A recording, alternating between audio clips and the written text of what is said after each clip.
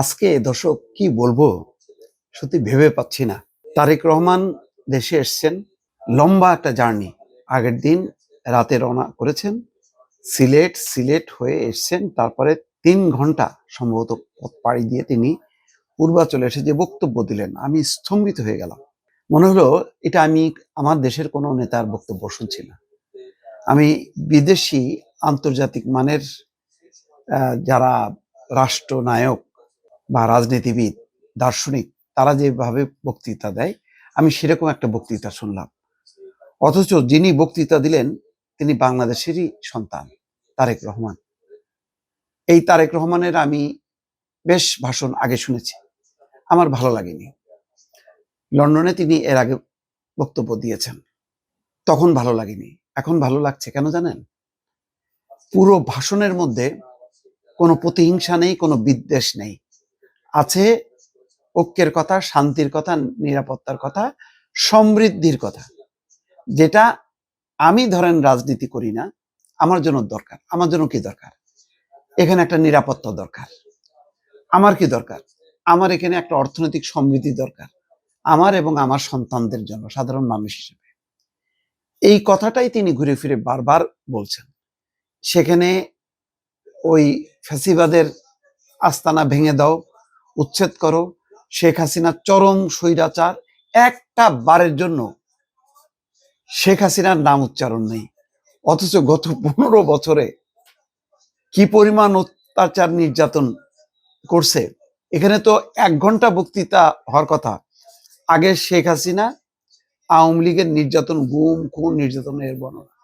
তিনি মায়ের কথাও বলছেন যে আজকে আমার মায়ের এই অবস্থার কারণ কি আপনারা জানেন, কিন্তু তিনি নামটা উচ্চারণ করলেন না, তার নিজের ভাইয়ের কথাও বললেন না, কোনো কিছুই বললেন না। বাড়ি থেকে, ক্যান্টনমেন্টের বাড়ি থেকে উচ্ছেদ হবার কথা কিছুই বললেন না। তার দলের নেতাদের গুম হওয়া, খুন হওয়া, নির্যাতিত হওয়া, কোনো কিছুই বললেন না। কোনো বিদ্রুপ, বিদ্বেষ, কিচ্ছু না। শুধু বারবার বলছেন, কয়েকবার বলছেন শান্তি শান্তি শান্তি। অন্তত এই শব্দটা এক লাইনের মধ্যে 3 বার উচ্চারণ করলেন। আর গোটা জুড়ে তিনি বলছেন ঐক্যের কথা, 71 সালের ঐক্যের কথা, 24 আগস্টের গণঅভ্যুত্থানের ঐক্যের কথা, এবং বলছেন যে সবাই যদি ঐক্যবদ্ধ হয় তাহলে লক্ষ্য অর্জন করা সম্ভব। তিনি একথাও বলছেন ষড়যন্ত্র চক্রান্ত হচ্ছেন, কিন্তু কারা করছেন? তাদের বিষ দাস ভেঙে দেব, তাদেরকে এখনই যান 32 নম্বরে, এখনই যান ছায়ানটে, এখনই যান আওয়ামী লীগের ধ্বংসাবশেষগুলো, সেগুলি ধ্বংস করতে। কোনো উস্কানি নেই, কোনো উস্কানি নেই। অথচ তিনি বিদেশ থেকে আসছেন, আর আমাদের, আর নাম বললাম না, আমিও বলতে চাই না, সেই বিদেশ থেকেই যে এই ধরনের বয়ান উস্কানির পক্ষে কষ্ট লাগে আর কি। কষ্ট লাগে এই কারণে যে প্রত্যেকেরই অবদান আছে শেখ হাসিনার এই অপশাসন দূর করার জন্য, কিন্তু তার পরবর্তী সময় নেতৃত্বের শূন্যতার কারণে কি ভয়ঙ্কর একটা মানে পরিবেশ, পরিস্থিতি, মব, সন্ত্রাস, রাহাজানি, খুন, গুম। আজকে বিএনপির দেখেন এক নেতার এক মেয়ে, প্রথম একটা বাচ্চা মারা গেছে আগুনে পুড়ে, দরজা বন্ধ করে লক্ষ্মীপুরে। আর আজকে আরেকজন মারা গেছে। হাদির কথা বলছে, কিন্তু তিনি কিন্তু তার নিজের দলেরই কথা বললেন না। উদারতা কাকে বলে দেখেন। সবকিছু চাপা দিয়ে তিনি মনে করছেন যে ওই যে পাহাড়ের মানুষ, সমতলের মানুষ, হিন্দু, মুসলিম, বৌদ্ধ, খ্রিস্টান সবাই যদি ঐক্যবদ্ধ হয় তাহলে পরিবর্তন সম্ভব। তিনি বলছেন I have a dream. Martin Luther king এর উক্তিটা উচ্চারণ করে বলছেন আই হ্যাভ এ ড্রিম। তারও একটা ড্রিম আছে। দেখেন, এমন একজনের কথা বললেন, তিনি একজন বিখ্যাত দার্শনিক। সেই কালোদের, কৃষ্ণাঙ্গদেরকে যখন কোপানো হচ্ছিল, নির্মূল করা হচ্ছিল আমেরিকার বুকে, তখন তিনি ঐক্যের স্লোগান দিয়ে যে জনপ্রিয়তা অর্জন করলেন। আজকে কিন্তু সেই বক্তব্যটা, সেই ইতিহাসটা তিনি নতুন করে আনলেন। এখন অনেকেই খুঁজতে যাইবেন মার্টিন লুথার কিং কে, কি বলছেন এই ইতিহাসগুলো। মানুষকে শিক্ষিত করা, মানুষকে সভ্য করে তোলা যারা রাজনীতি করেন তাদের দায়িত্ব। আমরা যারা গণমাধ্যম কর্মী, তাদেরও দায়িত্ব মানুষকে জাগ্রত করা, শিক্ষিত করা। কারণ আমাদের সমাজে কি আছে, আমাদের সমাজে নানা রকম হচ্ছে পশ্চাৎপদতা আছে। তার মধ্যে আমাদের শিক্ষা দীক্ষার অভাবের কারণে কিছু মানুষ সারাক্ষণ ধর্মের নামে নানাভাবে উত্তেজিত করে, ভুল অপব্যাখ্যা দেয়। সেই জায়গায় আপনার আমার দায়িত্ব তাদেরকে পথে আনা, ঐক্যের একটা অবস্থান তৈরি করা এবং সবাই মিলেমিশে বিভেদ ভুলে, অর্থাৎ রাজনৈতিক মত পার্থক্য থাকবে কিন্তু বিভেদ ভুলে ঐক্যবদ্ধ হয়ে দেশের পক্ষে কাজ করা। কিন্তু আমরা গত 1 বছরে আমরা কি দেখলাম? উল্টা দেখলাম।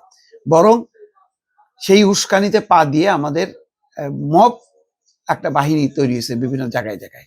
তারা মানে লাশ তুলে পোড়াচ্ছে, জীবন্ত মানুষকে হত্যা করতেছে, হাদির মতন মেধাবী তরুণকে গুলি করতেছে। এই কারণে সমস্ত মিলায় আজকে তারেক রহমানের সংক্ষিপ্ত ভাষণ, আমি চিন্তা করি এত লম্বা জার্নি করে এক্সটেম্পো ভাষণ কিভাবে মুক্তি আসতে পারে? কোনো ক্লান্তি নেই, কোনো মানে উচ্ছ্বাস, মানে এই সন্তান এসে বলছেন যে আমি মাকে আগে দেখার কথা, দেখেন আপনাদের কাছে আসছে। তার মানে মায়ের থেকে আপনাদের কত ভালোবাসি, কারণ আপনারা দলকে দেশকে রক্ষা করে চলেছেন, ফলে আপনাদের প্রতি কৃতজ্ঞতা বেশি। চিন্তা করতে পারেন কত উদার মন নিয়ে তিনি কথাগুলি বলছেন। যদিও আমার একটু কষ্ট লেগেছে যে তারেক রহমানের মঞ্চে কাছাকাছি আসার পরে এই ধরনের ঠেলাঠেলিটা কাম্য ছিল না। আবার এটাও সত্য যে 17 বছর নেতা কর্মীরা চলছেন, সেই দলকে সেই দলের নেতাকে কাছ থেকে দেখেনি। সেই উচ্ছ্বাসটা বাঁধ ভাঙা জোয়ারে পরিণত হয়েছে। সে কারণে এরকম একটা পরিস্থিতি, যাক আরেকটু হয়তো নেতাকর্মী সংযত হলে ভালো লাগতো। কিন্তু সব মিলায়ে লক্ষ লক্ষ মানুষের এই সমাবেশে এইরকম একটি অনুষ্ঠান করা, এটা অত্যন্ত ঝুঁকির কথা। আমি মনে করছিলাম যে উনি হয়তো হযরত শাহজালাল বিমানবন্দর থেকে হেলিকপ্টারে করে আসবেন, এভার কেয়ারে পাশে নামবেন, ওখানে মাকে দেখে তারপরে হয়তো উনি কাছাকাছি রাস্তা তারপরে যাবেন। কিন্তু তিনি উল্টা করলেন আর কি, প্রায় 3 ঘন্টা ধরে নেতা কর্মীদের দিকে, এবং দেখলাম যে একটা মুহূর্তে উনি বসেননি, পুরোটা সময় দাঁড়ায় থেকে। চিন্তা করতে পারেন 12 ঘন্টা ফ্লাইটে জার্নি, লন্ডন থেকে বাংলাদেশ, সিলেট ঢাকা, তারপরে মাটি ছুঁলেন, দেশের মাটি 17 বছর 3 মাস পর, তারপরে 3 ঘন্টা ব্যাপী এইরকম মানে টান উত্তেজনা, টান উৎসব, এবং দাঁড়িয়ে থেকে নেতাদেরকে তাদের যেই আকাঙ্ক্ষা পূরণ করা, নিজেকে দেখানো, তাদের হাত নেড়ে শুভেচ্ছা জানানো, এই কাজ করতে করতে তিনি যখন ভাষণ দিচ্ছেন মনে হচ্ছে যেন এইমাত্র তিনি বাসা থেকে আসলেন এবং ভাষণ দিলেন। আমি সত্যি মানে আমার ধারণা বাইরে ছিল, এবং বারবার আল্লাহর কাছে মোনাজাত করছিলাম যে শেখ হাসিনার মুখ দিয়ে যে আগে যে প্রতিহিংসা, উচ্ছেদ করো, এরে মারো, ওরে ধরো, এর হাত পোড়ায় দাও, এ করো তা করো, এই কথাগুলি যাতে না হয়। কিন্তু আমার ভাবনার আগে বোধহয় উনি আরো ভেবেছেন, এবং আমি আসলে আমার কোনো মনে পড়ে না যে উনি তার আজকে বিএনপির এই পরিণতির জন্য যারা সবচেয়ে বেশি দায়ী তাদের ব্যাপারে তিনি কোনো কটু মন্তব্য করেছেন। এটা একটা বিশাল বড় গুণ। যাই, আমি মনে করি যে মানুষের যেই কথাগুলো, আমার যে কথাগুলো যে কারণে আমি উদ্বিগ্ন, নিরাপত্তা, তারপরে হচ্ছে শান্তি, মানে ঐক্যের আবহ তৈরি করা, গণতান্ত্রিক পরিবেশ তৈরি করা, এবং অর্থনৈতিক সমৃদ্ধি, যেই জায়গাগুলো আজকে সবচেয়ে ঘাটতি, সেই জায়গায় তিনি কথা বলেছেন, এবং আমার ধারণা দেশের মানুষ এটা সর্বতভাবে এটাকে সমর্থন করবে। কারণ এই বক্তব্যের বাইরে আর ভালো বক্তব্য কি আছে সেটা এখন খুঁজতে হবে। দর্শক ভালো থাকবেন, আল্লাহ হাফেজ।